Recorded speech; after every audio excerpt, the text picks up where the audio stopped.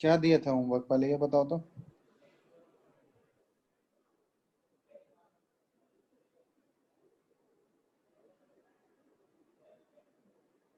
हम्म। Homework क्या मिला था, याद है या भूल गए?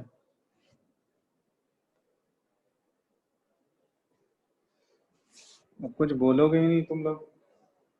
याद है सर। क्या मिला था वही तो पूछ रहा ना। बना लिए सर, बस कॉपी खोल रहे हैं। तो तुम लोग तो बोले बना लिए।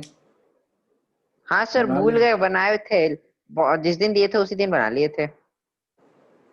एक्सरसाइज दिए थे ना, 1 and 2 सब्जेक्टिव ऑब्जेक्टिव बनाने, वो बुकलेट मिला है ना, उसी का बनाने दिए थे, बन गया सारा। सर सारा बना लिए थे, बुक का जितना भी एक्सरसाइज था। कोई डाउट है उसमें किसी में? No sir. चलो, तब तो डाउट नहीं है इसमें। केमिस्ट्री में और कोई चैप्टर बचा हुआ है क्या इसमें? आज तो ये खत्म हो जाएगा कोल एंड पेट्रोलियम, इसके बाद और कोई चैप्टर है? सर जो एग्जाम में आएगा। एग्जाम में नहीं, टोटल पूरे बुक में और कोई केमिस्ट्री का सर हम चैप्टर बस है? 2 क्वेश्चन मेरा छूट गया था। अच्छा ठीक है, वो बना लेना दोनों। मतलब इस ये चैप्टर खत्म होने के बाद और कौन सा चैप्टर बचा हुआ है केमिस्ट्री में? Chemical effect of current. Chemical effect of current. Yes sir. Combustion. Combustion and flame. Yes sir. Combustion flame बचा हुआ है ना। ठीक है, वो नेक्स्ट क्लास से हम लोग स्टार्ट करें, या आज ही स्टार्ट कर देंगे। इसमें देखो, ये इस चैप्टर में कहाँ तक बताए थे हम लास्ट क्लास में, देखो तो। फॉर्मेशन ऑफ पेट्रोलियम हो गया था। फॉर्मेशन ऑफ पेट्रोलियम हो गया था। Yes sir. अच्छा, तो इसमें सिर्फ एक और पार्ट बच गया है, नेचुरल गैस वाला पार्ट। ठीक है, पेट्रोलियम उसका यूजेस भी हम लोग बता दिए थे ना, यूजेस डिस्कस कर लिए थे।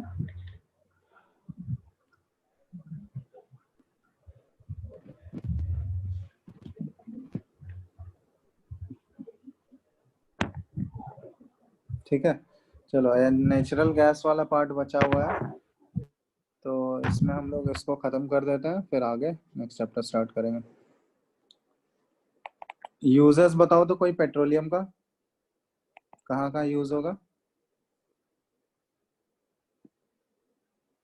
बताओ पेट्रोलियम का यूज। उसमें वो प्रोसेस बताया गया था ना तुम लोगों को।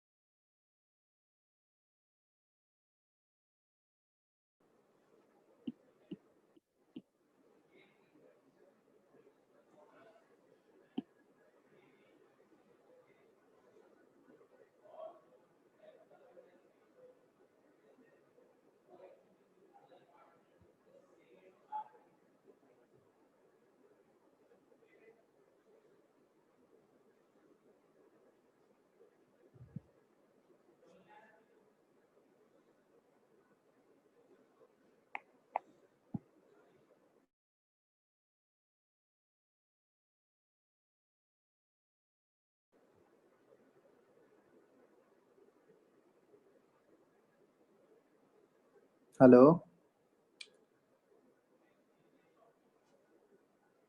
आदित्य। तुम फिर से रिज्वाइन करो।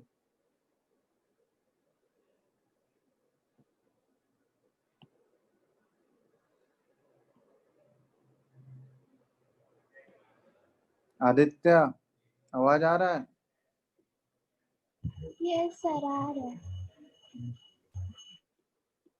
एक मिनट रुको। अरे दूसरा कौन आ गया इसमें?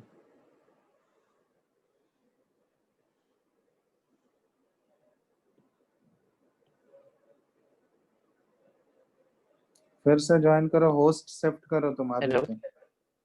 हाँ तुम फिर से रिज्वाइन करो एक बार एंड करके, यस लीव सर, कर। कर दे रहे हैं।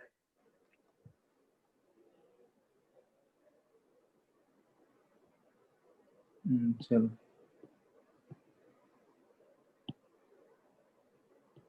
और कुछ करना है सर? स्क्रीन दिख रहा है ना अभी? दिख रहा है ना? बोलो जल्दी। Yes sir. चलो लास्ट लेक्चर है इसका, कोल एंड पेट्रोलियम का। ये कौन सा लेक्चर है? थर्ड या फोर्थ है? फोर्थ है ना? शायद फोर्थ है, देख लेना तुम लोग। ठीक है, अब यहाँ ध्यान दो, इसमें सिर्फ एक नेचुरल गैस वाला पार्ट बच गया। तो चलो यूजेस ऑफ पेट्रोलियम लिख देते हैं।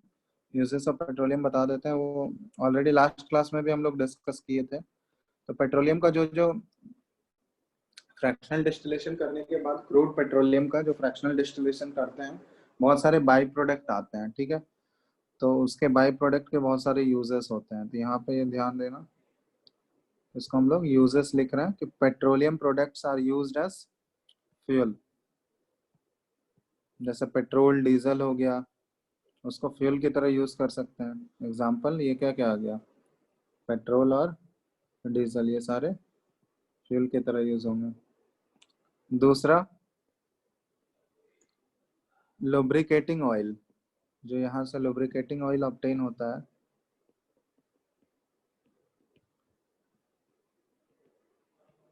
और वैसलीन जो ऑब्टेन होता है, ठीक है।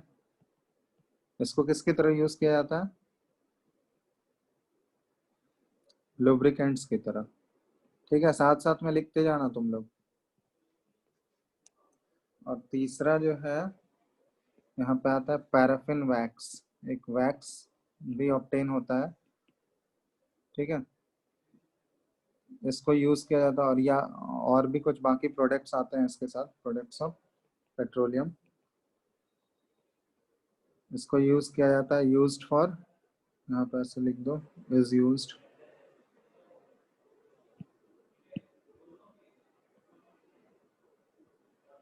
Used for manufacturing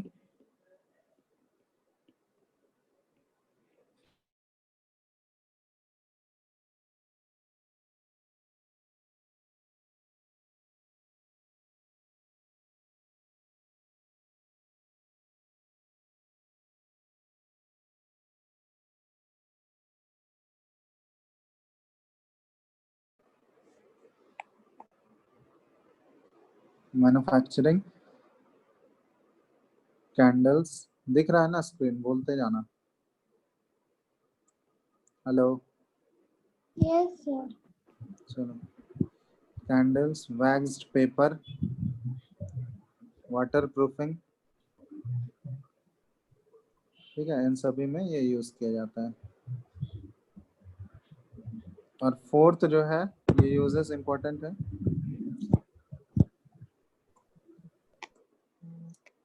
third use लिख लिए? ये तीनों पॉइंट लिख लियो? सर थर्ड यूज लिख रहे हैं। लिखो जल्दी।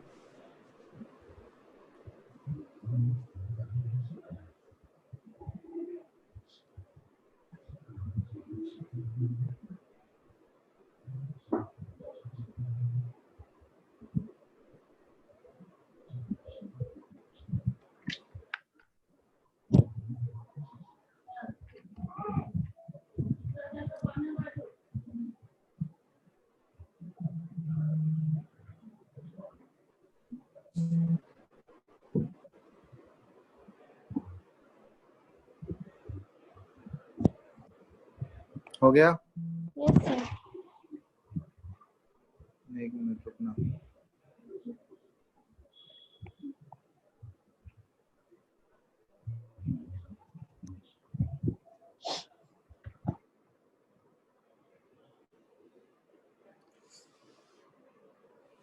चलो फोर्थ यूज जो होगा इसका, इसको ऐसे लिख लेते हैं हम लोग।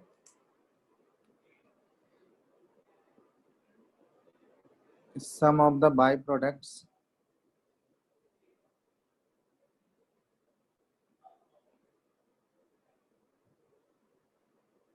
Of petroleum after purification. ठीक है, जो बाई प्रोडक्ट ऑब्टेन होता है उसका प्यूरिफिकेशन भी किया जाता है, और प्यूरिफिकेशन के बाद ये यूज किया जाता है और used in the preparation of medicines.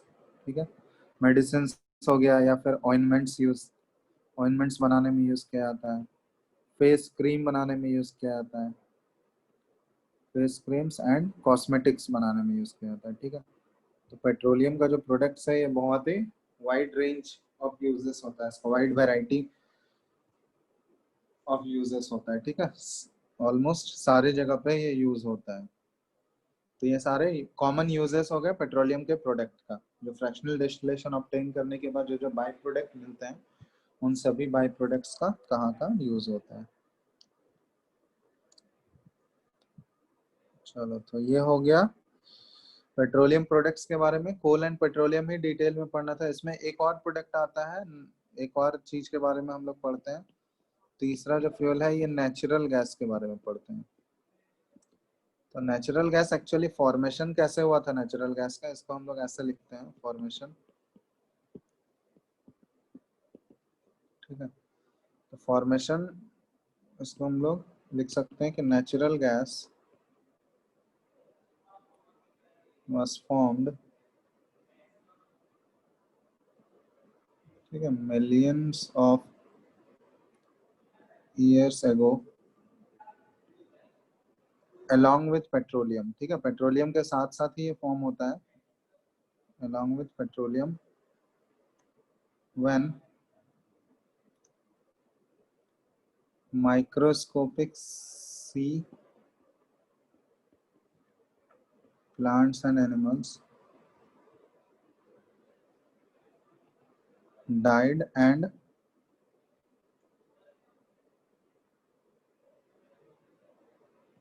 got buried in the, got buried ऐसा लिख सकते हैं, under the sand।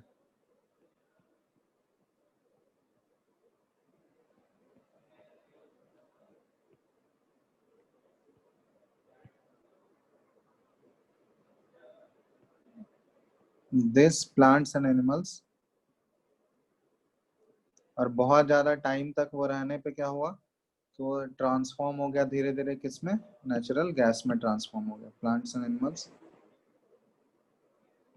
Under anaerobic conditions. Anaerobic conditions का मतलब हुआ कि with in absence of gas, ठीक है, या ऑक्सीजन गैस के एब्सेंस में। एनएरोबिक कंडीशंस में क्या हो गया, ये चेंज्ड इनटू नेचुरल गैस, या चेंज्ड इनटू गैस लिख सकते हैं हम लोग। ये किसके बारे में हम लोग बात कर रहे हैं, नेचुरल गैस के फॉर्मेशन के बारे में। ठीक है, तो फॉर्मेशन अगर पूछा जाए तो नेचुरल गैस का फॉर्मेशन जो है पेट्रोलियम के साथ ही फॉर्म हुआ था। ये मेन कंपोजिशन अगर तुमसे पूछा जाए नेचुरल गैस का मेन कंपोजिशन क्या होता है, तो कंपोजिशन भी साथ साथ लिख लो। इट कंसिस्ट ऑफ, ऐसे लिख सकते हैं हम लोग, it consist mainly of methane. तो मेन कंपोजिशन जो होता है इसका मेजर, ये मीथेन होता है। अबाउट 85%, 85% इसमें मीथेन पाया जा रहा है। और कुछ इथेन भी होता है, इथेन भी पाया जाता है।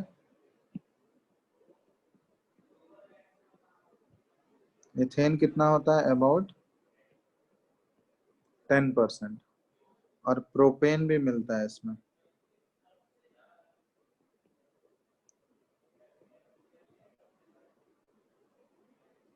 अबाउट 3%। ठीक है, और एंड ब्यूटेन, और ब्यूटेन भी पाया जाता है रेस्ट। ठीक है, तो ये कंपोजिशन अगर पूछा जाए तो मेन कंपोजिशन इसका कौन सा है, मेन कंपोजिशन हो जाएगा मीथेन गैस। ये मेन कंपोजिशन है जो कि 85%। और इसके साथ साथ इथेन, प्रोपेन और ब्यूटेन पाया जाता है। और नेचुरल गैस को जब कंप्रेस किया जाता है, व्हेन, ऐसे लिख सकते हैं हम लोग कि when natural gas is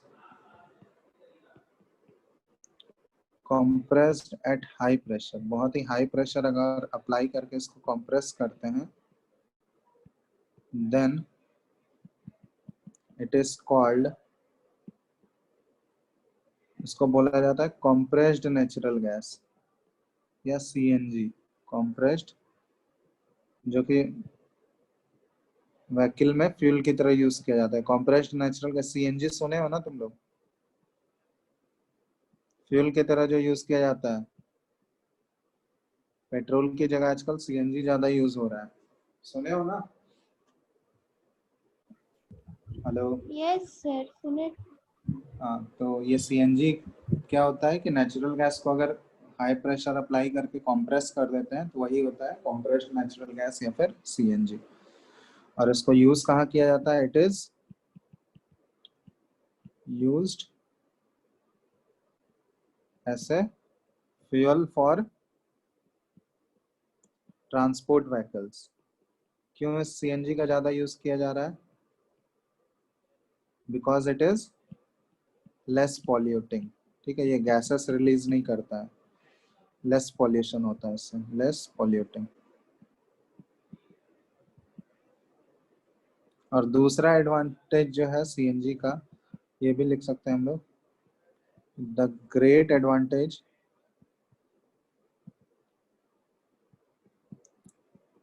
of CNG is that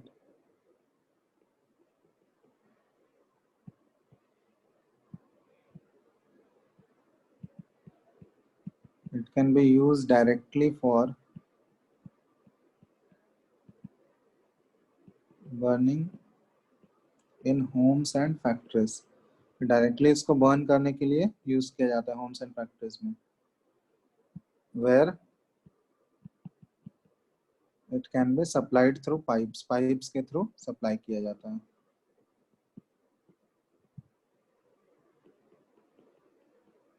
ये इसका एडवांटेज हो गया। चलो, तो ये सीएनजी का मेन फॉर्मेशन हम लोग कैसे होता है, नेचुरल गैस का कंपोजिशन क्या क्या होता है और यूजेस क्या क्या है, ये हम लोग देख चुके। और फर्दर यूज भी हम लोग लिख सकते हैं। पहला यूज तो ये फ्यूल की तरह यूज होता है, ठीक है। और दूसरा, इसको हम लोग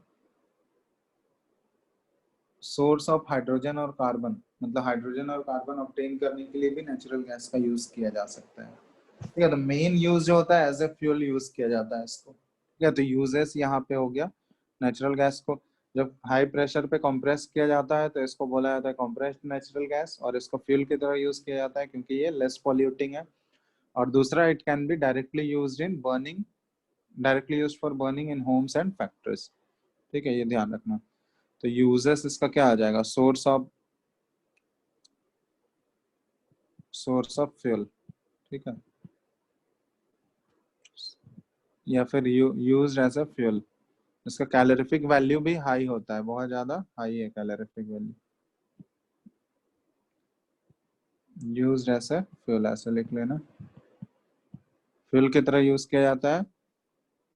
क्यों? Because it has a very high calorific value, very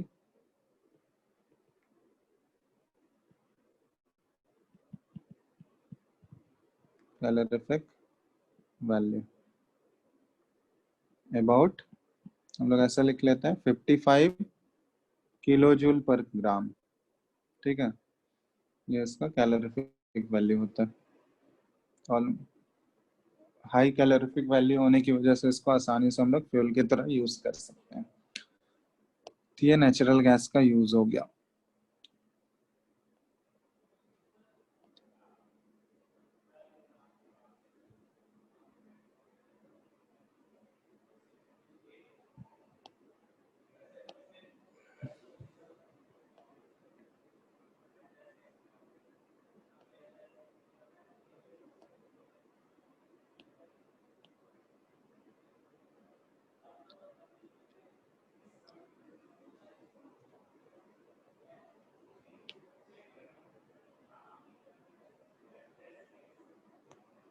ठीक है, तो ये लिख लियो पूरा नेचुरल गैस का नो सर, अभी लिख रहे हैं कितना हुआ है।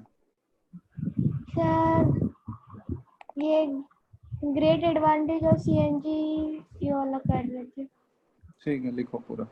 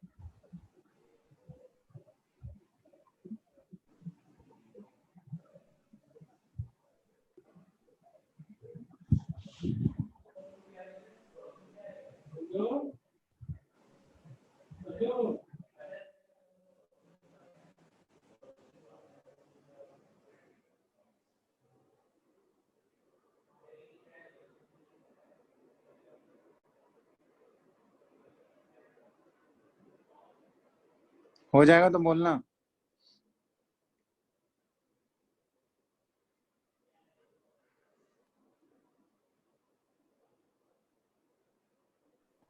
सर हो गया मेरा पूरा।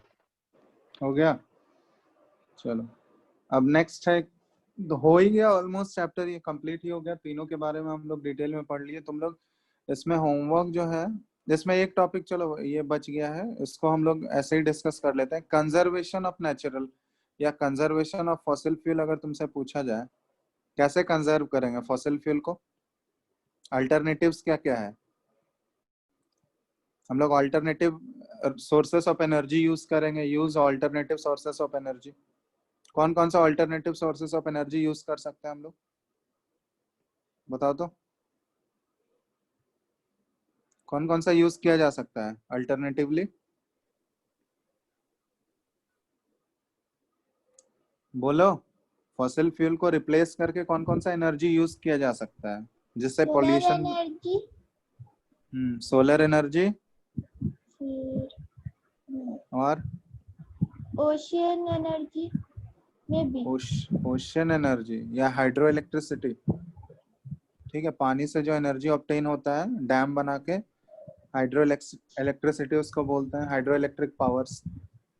विंड एनर्जी हम लोग कर सकते हैं, है ना। और क्या क्या किया जा सकता है नेक्स्ट। ओशियन से जो एनर्जी है उससे, टाइड्स जो आता है ओशन में, उससे टाइडल एनर्जी ऑब्टेन किया जा सकता है। ठीक है, तो ये सारे कुछ कुछ अल्टरनेटिव फिर सोर्सेस ऑफ। Biomass energy. हाँ, बायोमास एनर्जी भी कर सकते हैं हम लोग, या जियोथर्मल एनर्जी। बायोमास एनर्जी वो सारा एनर्जी हो गया, जियोथर्मल भी होता है। तो ये सारे alternative sources of energy use करके क्या होगा, ये फॉसिल फ्यूल को रिप्लेस भी कर देगा, उसका अच्छा अल्टरनेटिव भी बन सकता है, और ये नॉन पॉल्यूटिंग भी होगा, उतना ज्यादा पॉल्यूशन भी ये काउज नहीं करेगा।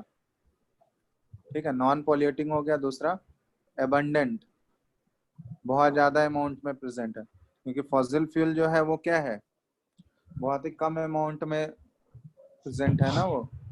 नॉन रिन्यूएबल रिसोर्सेस में हम लोग उसको लिखते हैं, और बहुत ही लिमिटेड है वो। ठीक है, और वो पॉल्यूशन भी बहुत ज्यादा, एयर पॉल्यूशन भी बहुत ज्यादा कॉज करता है। इसलिए जब बहुत ही ज्यादा नेसेसरी हो तभी फॉसिल फ्यूल का यूज करना चाहिए। बाकी फॉसिल फ्यूल को ज्यादा से ज्यादा चाहिए कि उसको हम लोग रिप्लेस कर दें अल्टरनेटिव सोर्सेस ऑफ एनर्जी से। ठीक है, और अगर मान लो पेट्रोलियम प्रोडक्ट को कंजर्व करना है, तो कंजर्व करने के लिए कौन कौन से मेथड यूज करने चाहिए। पेट्रोल और डीजल को कंजर्व करने के लिए, अगर ड्राइविंग करते समय पेट्रोल और डीजल को कंजर्व करना है, बचाना है, तो कौन कौन सा मेथड यूज करना चाहिए ड्राइव करते समय,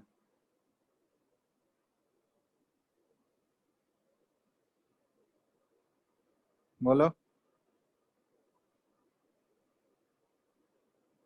तो सोलर एनर्जी, इलेक्ट्रिकल एनर्जी। नहीं, ड्राइविंग करते समय अगर पेट्रोल डीजल को कंजर्व करना है तो या तो गाड़ी बहुत ही ज्यादा फास्ट नहीं चलाना चाहिए या बहुत स्लो भी नहीं चलाना चाहिए, एक मॉडरेट स्पीड में चलना चाहिए, क्योंकि बहुत ज्यादा फास्ट चलाओगे तो उसमें फ्यूल ज्यादा रेट से कंज्यूम होता है, ठीक है, फ्यूल का कंजम्पशन ज्यादा होगा। या फिर अगर बहुत ही स्लो भी चलाओगे तो उस केस में भी फ्यूल ज्यादा कंज्यूम होता है, ठीक है। तो एक मॉडरेट स्पीड पे चलना चाहिए, कांस्टेंट स्पीड पे जब भी पॉसिबल हो, ताकि मिनिमम फ्यूल का यूज हो सके। दूसरा, अगर कहीं पे ज्यादा देर वेट करना पड़ रहा है तो वहां पे इंजन स्विच ऑफ कर देना चाहिए, ताकि फालतू का फ्यूल वेस्ट नहीं हो, ठीक है। सर इसमें भी फ्यूल जाता है क्या? हाँ ऑब्वियसली, एसी यूज करने से फ्यूल तो जलता ही है, ठीक है। तो वो मिनिमम यूज करना चाहिए, जहाँ पे बहुत ही ज्यादा जरूरत है वहां ही यूज करना चाहिए सर, ठीक है, ताकि हमारा पेट्रोल डीजल जो है ये कंजर्व हो सके, क्योंकि ऑलरेडी ये बहुत ही लिमिटेड अमाउंट में प्रेजेंट है, ठीक है। तो मिनिमम इसका मिनिमाइज करने के लिए सारे स्टेप्स फॉलो करने चाहिए, ठीक है। चलो, तो ये चैप्टर तो हो गया कंप्लीट। इसमें तुम लोग का होमवर्क जो रहेगा, बुकलेट के एक्सरसाइज तुम लोग कर लियो ना सब लोग, Yes, ठीक है। तो इस बार तुम लोग को एनसीईआरटी का एक्सरसाइज कंप्लीट करना है, ठीक है। सर बुक एनसीईआरटी नहीं है। एनसीईआरटी का बुक नहीं मिला है अभी तक, नो सर। तो उसका पीडीएफ मिल जाएगा, ठीक है, नेट पे। एनसीईआरटी का पीडीएफ डाउनलोड कर लेना, उससे एनसीईआरटी का एक्सरसाइज मिल जाएगा इस चैप्टर का, ठीक है। नेट में ढूंढना, वो पीडीएफ मिल जाएगा एनसीईआरटी का तुम, तो ओके उससे सर। एनसीईआरटी का एक्सरसाइज इस चैप्टर का पूरा कंप्लीट कर लेना, ठीक है। चलो, और कोई डाउट है इस चैप्टर में पूछो, नहीं तो नया चैप्टर स्टार्ट करेंगे। आज ही करना है नेक्स्ट चैप्टर स्टार्ट या नेक्स्ट डे? सर आज ही कर दी। आज ही कर दें। इस चैप्टर में कोई डाउट है और बताओ। सर नहीं। डाउट है तो पूछ लो, नहीं तो फिर नेक्स्ट चैप्टर स्टार्ट करेंगे हम।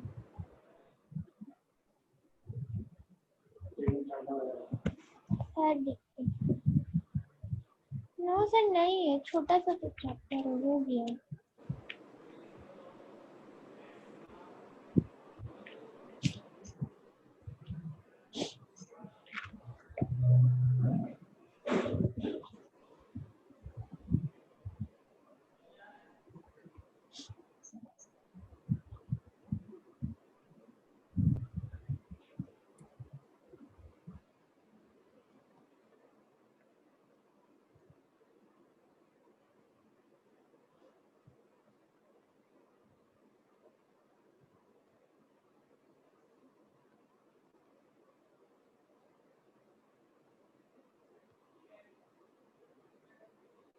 चलो ठीक है, तो हम लोग अब नेक्स्ट चैप्टर की तरफ बढ़ रहे हैं। कोई डाउट नहीं है किसी को, कुछ नहीं पूछना है? No sir. चलो ठीक है, फिर नेक्स्ट चैप्टर स्टार्ट कर रहे हैं। अब इसको नया पेज में कर रहे हैं, ठीक है। सर एक चीज पूछना था, ये chemical effect of current chemistry है या फिजिक्स है? स्कूल में फिजिक्स में पढ़ाया है। हाँ, तो फिजिक्स में ही पढ़ाया जाएगा यहाँ पे, या फिर देख लेंगे, पहले कंबशन एंड फ्लेम कंप्लीट करते हैं, ठीक है। Okay sir. तो हेडिंग डाल लो अब, कंबशन एंड फ्लेम,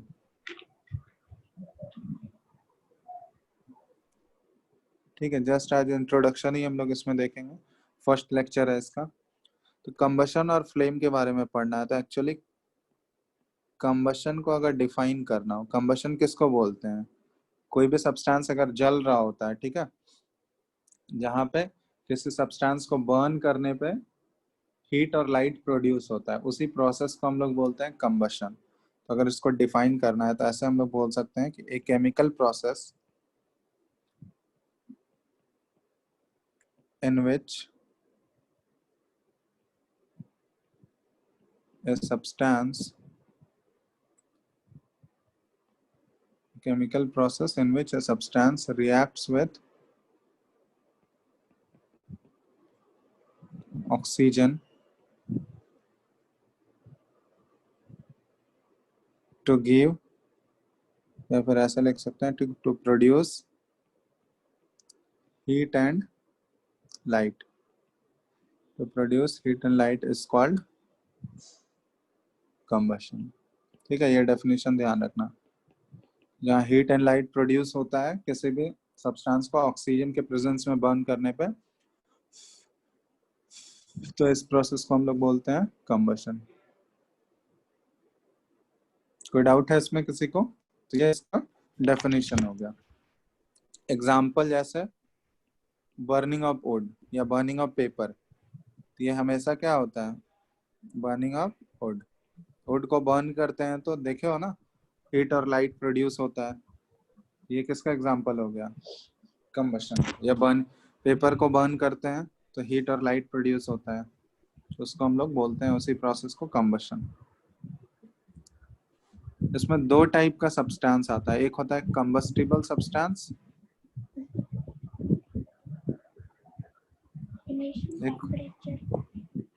एक होता है नॉन कंबस्टिबल।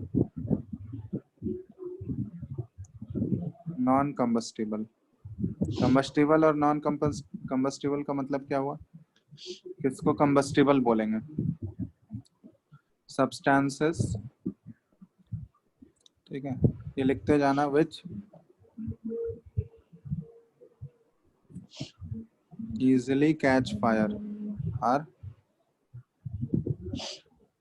combustible। जो आसानी से फायर कैच कर ले उसको कंबस्टिबल बोलते हैं। Example paper, coal, wood etcetera. ठीक है, नॉन कंबस्टिबल किसको बोलेंगे? जो सर जो आसानी से, आसानी से बर्न नहीं होगा। हाँ, सब्सटेंसेस विच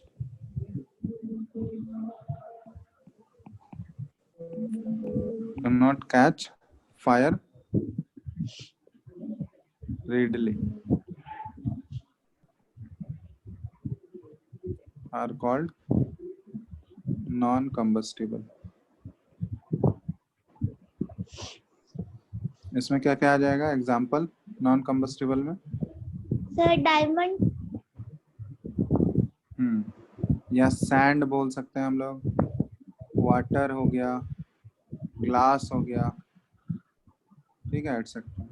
बहुत सारे सब्सटेंस हो सकते हैं, डायमंड भी हो जाएगा, ठीक है, जिसमें आसानी से आग नहीं पकड़ सके। तो ये ध्यान रखना, कंबस्टिबल और नॉन कंबस्टिबल हो गया।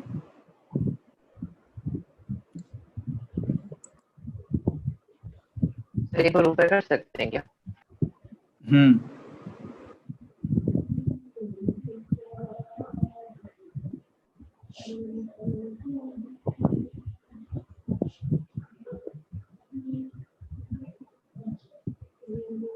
यस सर, हो गया।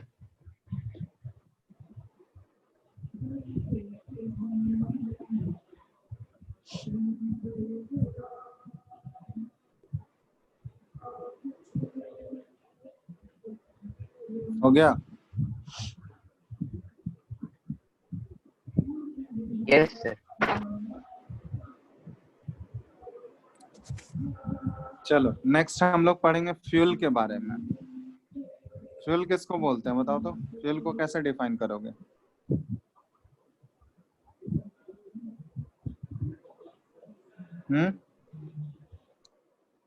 फ्यूल को कैसे डिफाइन करेंगे बताओ? How will you define fuel?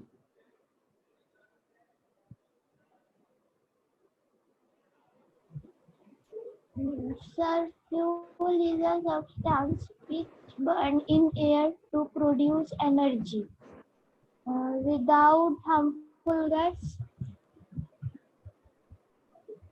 Without Harmful gas. Harmful gas. चलो ठीक है, यहाँ पे हम लोग सर हम बताए। हाँ बोलो।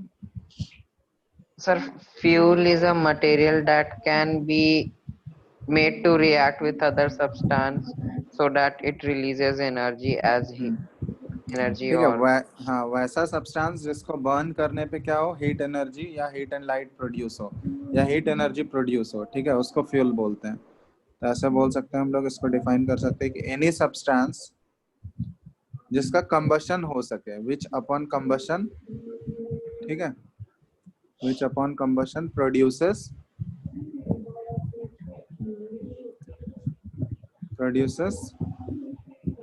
some amount of energy,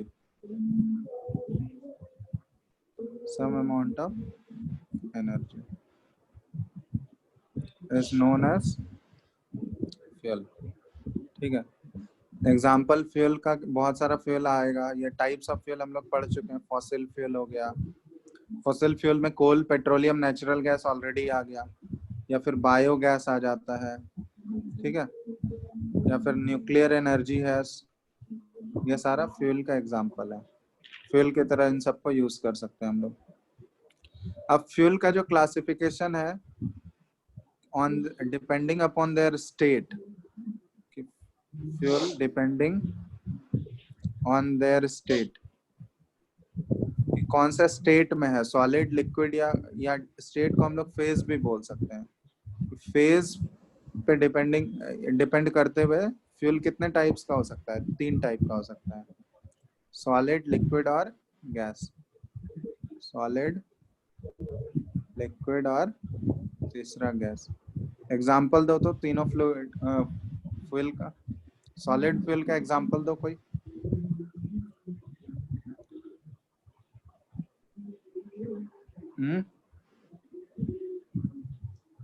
hello, बताओ एग्जाम्पल सॉलिड फ्यूल का।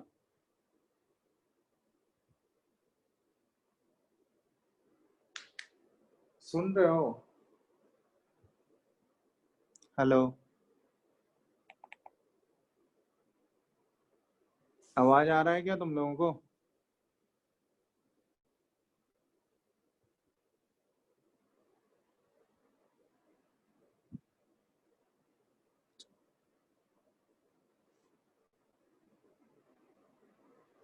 Priyanshi, yes sir. Hello sir बोल रहे सर। सॉलिड solid- फ्यूल का चारकोल हो सकता है। कोल, चारकोल और कोल हो गया, वुड हो गया, ठीक है, या पीट फिर सर, क्या? सर पीट। पीट तो वो वैरायटी ऑफ कोल ही आ जाएगा ना। कोल में जब कोल लिख दिए तो उसमें सारे वैरायटीज तो आ ही जाएंगे। कोल, वुड, चारकोल, ये सारे सॉलिड फ्यूल हो गए। लिक्विड फ्यूल का एग्जांपल दो। सर ऑयल, लिक्विड फ्यूल का कौन कौन सा ऑयल? पेट्रोल हो गया, डीजल हो केरोसिन, गया, केरोसिन ऑयल हो गया। गैसियस फ्यूल का एग्जांपल दो। Coal gas, water gas. Coal gas हो गया, या फिर नेचुरल गैस जो हम लोग यूज कर, नेचुरल गैस जो पढ़े, है ना, ये सारे गैसेस फ्यूल के। तो स्टेट या फिजिकल या फिजिकल नेचर के ऊपर अगर क्लासिफाई करें तो 3 टाइप का फ्यूल आ जाते हैं, एक सॉलिड फ्यूल, दूसरा लिक्विड और तीसरा गैसियस फ्यूल, ठीक है। चलो, अब इसी में एक टर्म आता है जिसको बोलते हैं हम लोग इग्निशन टेम्परेचर। इग्निशन टेम्परेचर पढ़े हो तुम लोग? Yes sir. कौन से टेम्परेचर को बोलते हैं इग्निशन?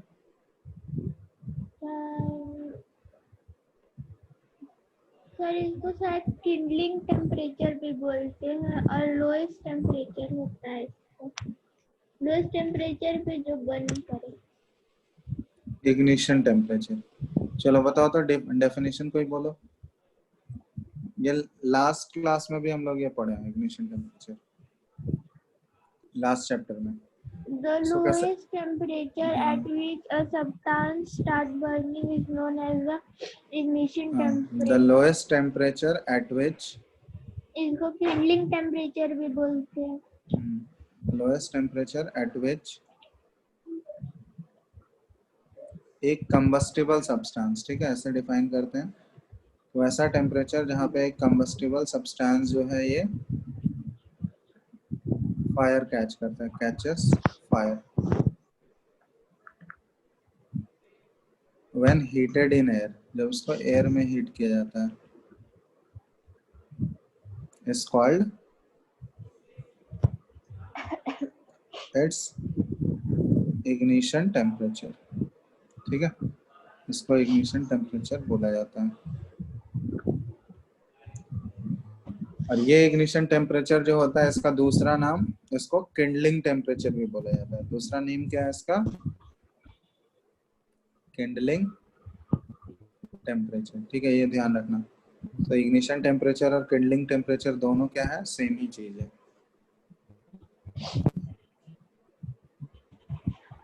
इसमें एक और टर्म आता है इनफ्लेमेबल सब्सटेंस। इनफ्लेमेबल सब्सटेंस किसको बोलते हैं हम लोग, बताओ?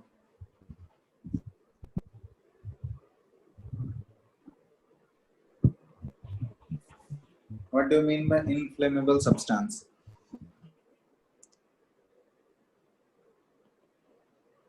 ठीक है, ये ध्यान रखना कि the substances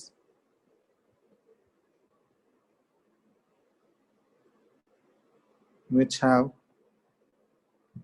very low ignition temperature, जिसका ignition temperature बहुत ही कम होता है और आसानी से वो आग पकड़ लेता है। ठीक है, and can easily catch fire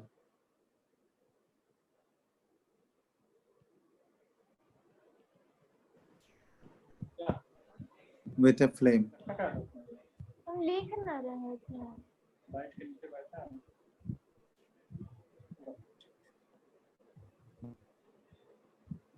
Are known as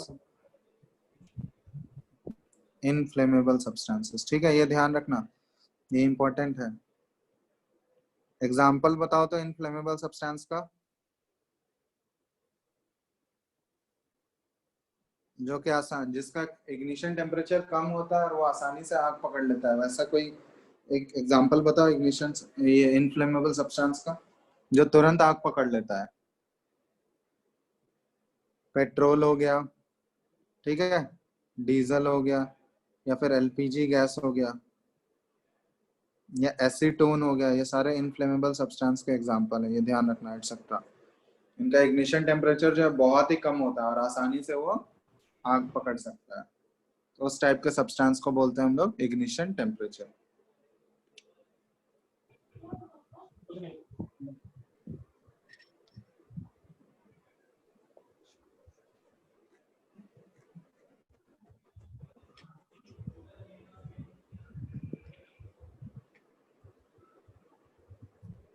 next term आता है इसमें फायर। फायर को कैसे डिफाइन किया जाता है बताओ तो? इसको हम लोग ऐसे बोलते हैं कि fire is the result of a chemical combustion. ठीक है, fire is the result of a chemical combustion reaction between oxygen and some sort of fuel. Oxygen और फ्यूल के बीच में कुछ केमिकल रिएक्शन होता है, केमिकल कंबशन होता है, उसको फायर बोला जाता है। यहाँ पे एक और पॉइंट है कि हाउ लॉन्ग, कि फायर कितने देर तक लास्ट करेगा, वो किस पे डिपेंड करता है बताओ तो? कि कितने देर तक फायर लास्ट करेगा वो किस पे डिपेंड करेगा? On how much fuel and oxygen, कि कितना फ्यूल अवेलेबल है और कितना ऑक्सीजन अवेलेबल है। क्योंकि फ्यूल अगर खत्म हो जाएगा तो फायर अपने आप खत्म हो जाएगा ना। ठीक है, तो जितना फ्यूल अवेलेबल है या जितना ऑक्सीजन अवेलेबल है, उसके बेसिस पे हम लोग ये बता सकते हैं कि यह फायर कितने देर तक लास्ट करेगा।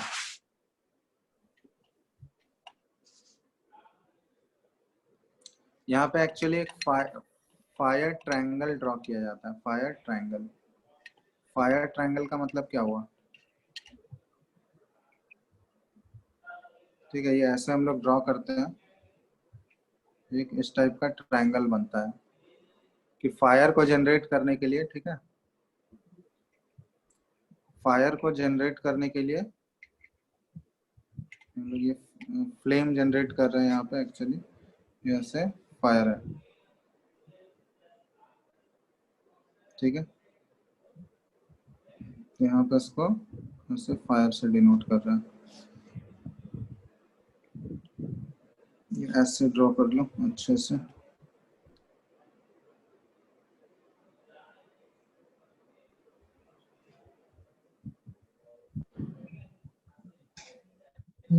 ठीक है, तो ये फायर को जनरेट करने के लिए टोटल 3 चीज यहाँ पे अवेलेबल होना चाहिए।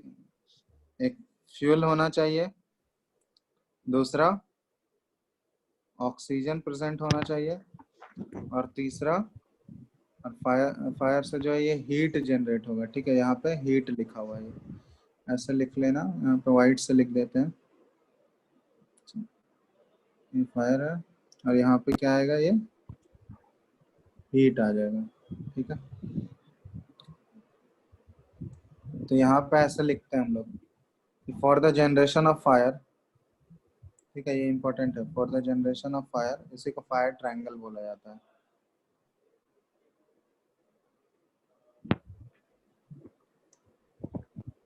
We need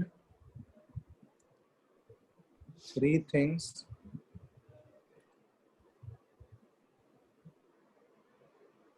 to be present simultaneously।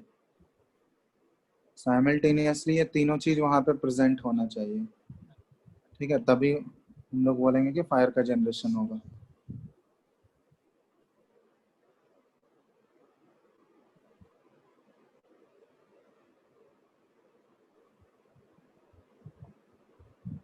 कौन कौन सा 3 चीज है? पहला, सम सॉर्ट ऑफ फ्यूल और कंबस्टिबल मटेरियल।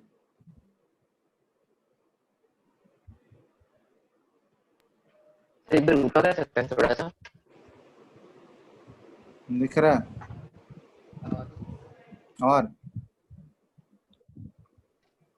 हो गया सर। दूसरा, heat source to raise the temperature. ठीक है, एक हीट सोर्स का भी जरूरत है, जाके वो टेम्परेचर को रेज करे ताकि वो अपने इग्निशन टेम्परेचर तक पहुंच पाए। To raise the temperature of fuel, temperature of the fuel to its ignition temperature.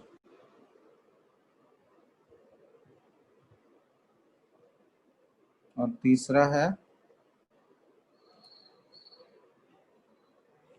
Enough oxygen to sustain combustion. अगर इन तीनों में से कोई भी एक चीज हम लोग रिमूव कर दिए तो फायर जो है वो कंट्रोल किया जा सकता है। ठीक है, तो फायर को कंट्रोल करना है तो इन तीनों में से कोई भी एक चीज हम लोग रिमूव कर देंगे। तो यहाँ पे ऐसा लिख सकते हैं कि so if we remove, fire को अगर कंट्रोल करना है, any one of this resources,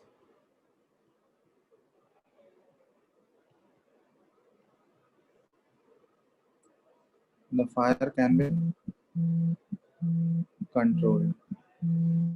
ठीक है, चलो लिखो इसको, फिर हम बात करते हैं।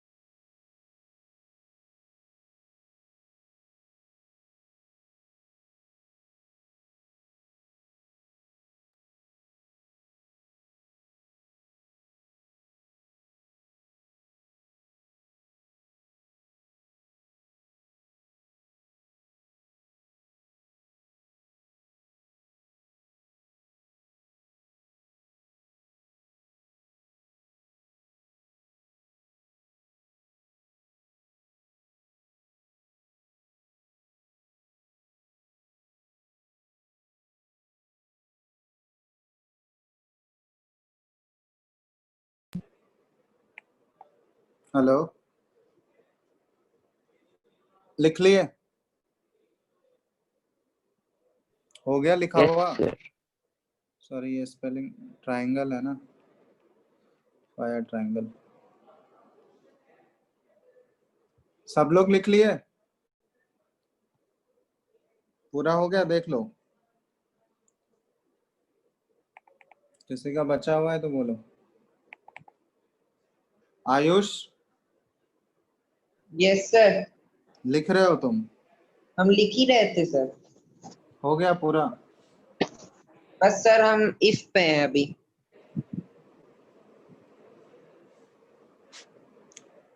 ये देख, चलो ठीक है, ये भेज दे रहे हैं हम पीडीएफ, ठीक है? तुम लोग लिख लेना इसको, आगे का जो छुटा हुआ है, बाकी हम लोग आगे नेक्स्ट क्लास में करते हैं, ठीक है? नेक्स्ट क्लास में ये चैप्टर भी ऑलमोस्ट बहुत ही छोटा चैप्टर है, इसमें कुछ है नहीं। ये ट्रायंगल फायर के बारे में पढ़ लिया, नेक्स्ट क्लास में कैंडल के बारे में पढ़ेंगे, ठीक है? कैंडल के वेरियस जोन्स के बारे में पढ़ना है। तो तुम लोग ऑलरेडी पढ़े हो गए, पहले पढ़े हो क्या कैंडल का फ्लेम के बारे में? यस सर, पढ़े। हाँ, तो वही चीज पढ़ना है हम लोग को, वो नेक्स्ट क्लास में हम लोग रिपीट करेंगे उसको, ठीक है? तो ये हम पीडीएफ भेज दे रहे हैं, बाकी जिसका छोटा हुआ है वो लिख लेना, बाकी नेक्स्ट क्लास में करते हैं आगे, ठीक है?